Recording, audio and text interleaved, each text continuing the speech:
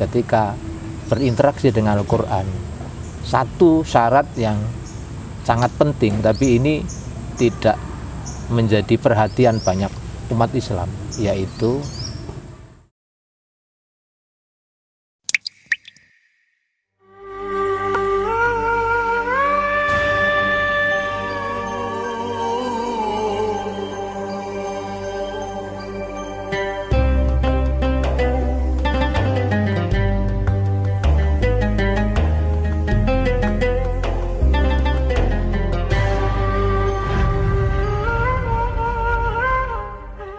Assalamualaikum warahmatullahi wabarakatuh.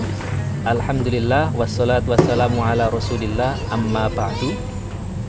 Alhamdulillah, pada kesempatan kali ini telah hadir bersama kita Ustadz Majid. Beliau ini adalah Ustadz di Lembaga Pendidikan dan Pengkajian Ilmu Al-Quran.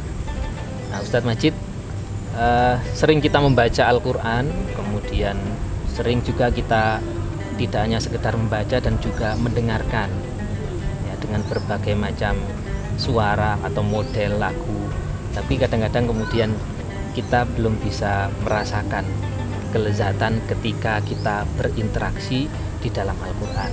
Nah, bagaimana menurut Ustadz Majid agar kita bisa merasakan kelezatan ketika kita berinteraksi dengan Al-Quran? Sebagaimana menu masakan. Kalau masakan itu yang bisa menikmati adalah lidah. Sementara Al-Quran itu harus melibatkan indera secara lengkap. Ada pendengaran, tapi juga ada rasa.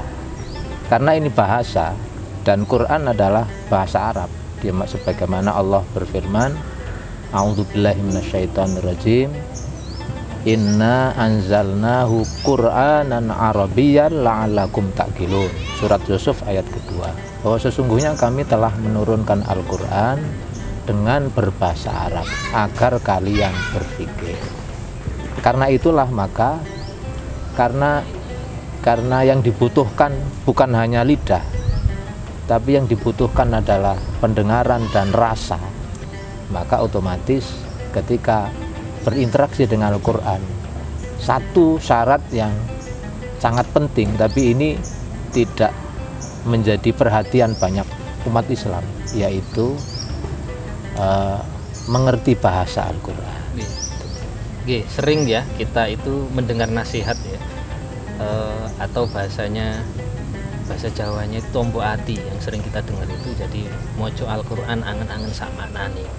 Nah, kita kan sering mendengar nasihat itu, kita sering membaca, tetapi bagaimana untuk sampai kemudian kita memahami sehingga kita bisa menggali kenikmatan yang ada di dalam Al-Quran itu, Ustaz? Iya, betul.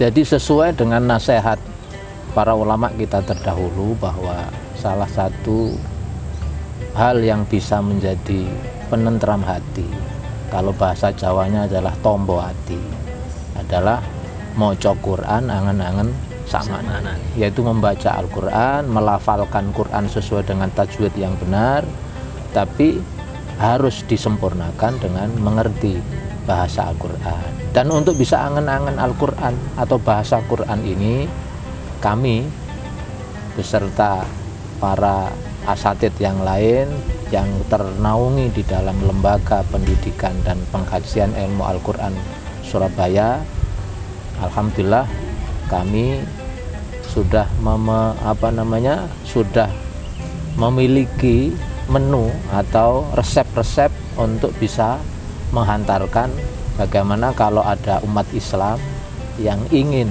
mengerti bahasa Al-Quran. Ya, itu memang mungkin menjadi kebutuhan setiap orang, Ustadz. Jadi ya kadang-kadang terjemah sudah ada, kemudian kita juga banyak buku-buku, tapi kadang-kadang masih tetap perlu penjelasan atau bimbingan dari Ustaz.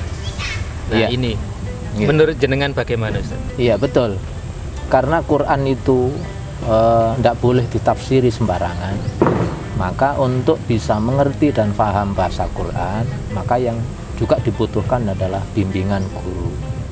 Sebab kalau membaca Quran nanti membacanya sendirian, nanti temannya bukan malaikat, tapi temannya justru setan. Dan itu yang naudzubillah min dzalik. Maka dari itulah